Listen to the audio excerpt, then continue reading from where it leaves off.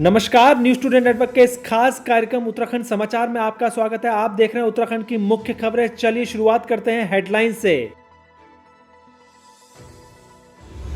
मिट्टी के उपकरणों को बढ़ावा देने के लिए उत्तराखंड में खुलेगा माटी कला प्रशिक्षण केंद्र। सीएम त्रिवेंद्र सिंह रावत का ये है पूरा प्लान। राजधानी देहरादून में पूरी हुई भाजपा की कोर कमेटी की बैठक। प्रदेश और मोर्चों की कार्यकारिणी का इस दिन होगा ऐलान। अब प्रदेश में ही नहीं बल्कि पूरे देश में मिलेगा दिव्यांगों को फ्री सफर का लाभ। उत्तराखंड समाज कल्याण विभाग बनाएगा खास यूडीआईडी कार्ड। उत्तराखंड कर्मचारी चयन आयोग ने निकाली जूनियर इंजीनियर के विभिन्न पदों पर भर्ती। मिलेगा 1 लाख तक का वेतन। हरिद्वार में होने वाले कुंभ 2021 की तैयारी को लेकर हुआ ये बड़ा ऐलान। श्रद्धालुओं के लिए 3 जोन में बांटे जाएंगे स्नान घाट। अब खबर विस्तार से। उत्तराखंड के मुख्यमंत्री त्रिवेंद्र सिंह रावत ने प्रदेश में माटी कला के लिए एक प्रशिक्षण केंद्र खोले जाने की घोषणा की है। ये बात उन्होंने मेथरावाला रोड स्थित माटी कला बोर्ड कार्यालय में कही। इस दौरान मुख्यमंत्री स्वरोजगार योजना के अंतर्गत कुम्हारी कला के लिए विद्युत चालित चाक भी उनके द्वारा वितरित किए गए। सीएम ने कहा कि माटी कला बोर्ड को मिट्टी गूंथने वाली 200 मशीनें दी जाएंगी। उत्तराखंड में मिट्टी के कार्यों से जुड़े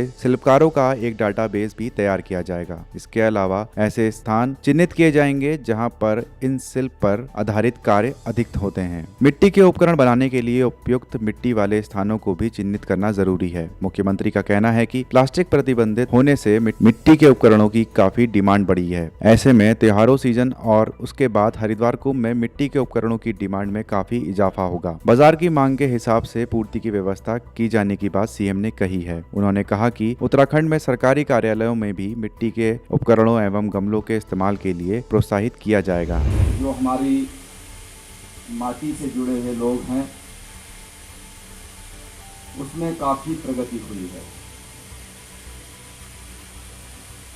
विशेषकर जब प्लास्टिक पर बैन हुआ उसका भी परिणाम इस पर स्वाभाविक रूप से सकारात्मक पड़ा है।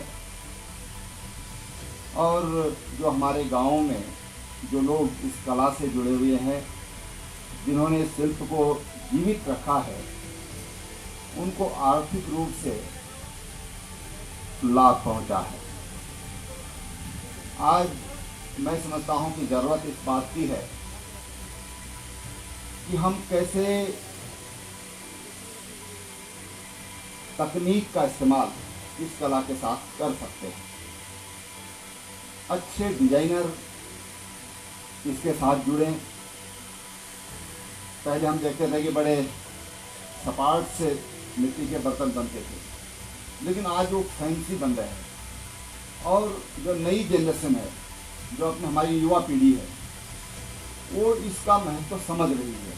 आप लोग कितना इस चीज़ को देख रहे हैं, अनुभव कर रहे हैं, मुझे मालूम नहीं है, लेकिन नई जनरेशन जो हमारी है, वो जनरेशन इस चीज़ को समझ रही है और इसकी महत्ता को समझ रही है।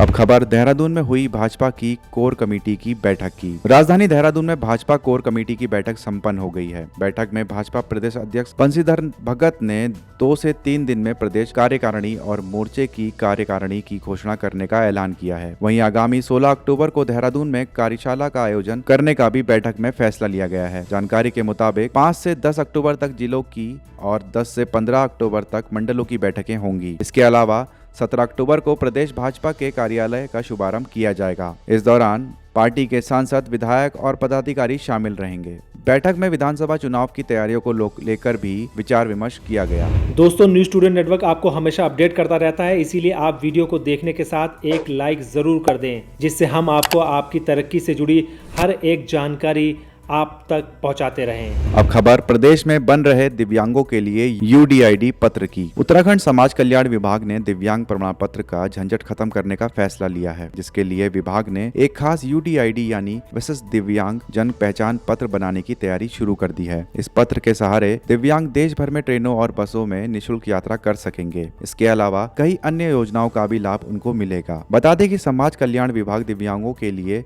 दिव्यांग प्रमाण पत्र बनाता है। जो लोग 40% तक दिव्यांग हैं, वर्तमान में उन्हें उत्तराखंड परिवहन निगम की बसों और ट्रेनों में कहीं भी निःशुल्क यात्रा का लाभ मिलता है। वहीं अब यूडीआईडी कार्ड बनने से ऐसे लोगों को देश भर में निःशुल्क यात्रा की सुविधा मिल सकेगी।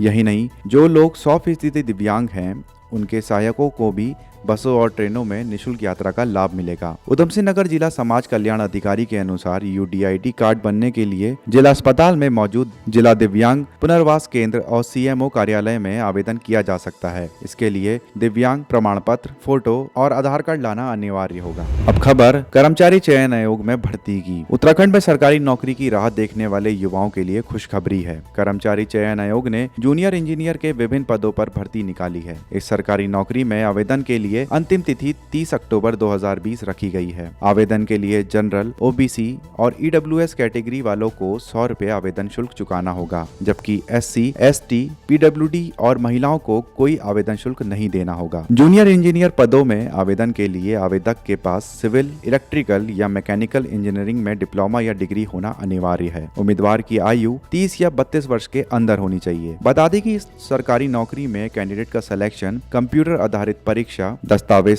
सत्यापन में प्रदर्शन के अनुसार किया जाएगा। सिलेक्शन के बाद वेतनमान 35,400 से लेकर 1,12,400 तक रहेगा। इस सरकारी नौकरी में आवेदन के लिए आप आपकी स्क्रीन और डिस्क्रिप्शन बॉक्स में दिए गए आवेदन लिंक पर जाकर अभी आवेदन फॉर्म भर सकते हैं। अब खबर उत्तराखंड में होने वाले कुंभ की। कोरोना संकट के बावजूद हरिद्वार कुंभ को ऐतिहासिक और सुरक्षित बनाने के लिए उत्तराखंड सरकार और पुलिस तमाम कोशिशें कर रही है। सबसे अधिक फोकस जिस बात पर किया जा रहा है वह यह है कि श्रद्धालुओं को किसी भी प्रकार की कोई दिक्कत ना हो और वे कोविड-19 के इस दौर में सुरक्षित तरीके से स्नान कर लौट सकें। इसके लिए स्नान घाटों को रेड यानी अति संवेदनशील, येलो यानी संवेदनशील और ग्रीन यानी सुरक्षित जोन में बांटा गया है। इससे हरिद्वार कुंभ में मुख्य स्नान पर्व पर आने वाले श्रद्धालुओं को पोर्टल पर पंजीकरण के दौरान घर बैठे ही यह पता चल जाएगा कि किस घाट पर स्नान करना सुरक्षित है और किस पर नहीं। रेड जोन में वो स्नान घाट रखे गए हैं जहां हादसों का या भगदड़ की ज्यादा आशंका रहती है। इसी तरह येलो जोन में वो स्नान घाट रखे गए हैं जहां ज्यादा भीड़ होने पर हादसों की आशंका रहती है। ग्रीन जोन में आने वाले स्नान घाट पूरी तरह सुरक्षित होंगे। तीनों जोनों के स्नान घाटों पर पुलिस बल की तैनाती और दूसरे सुरक्षा इंतजाम किए जाएंगे। IG कुंभ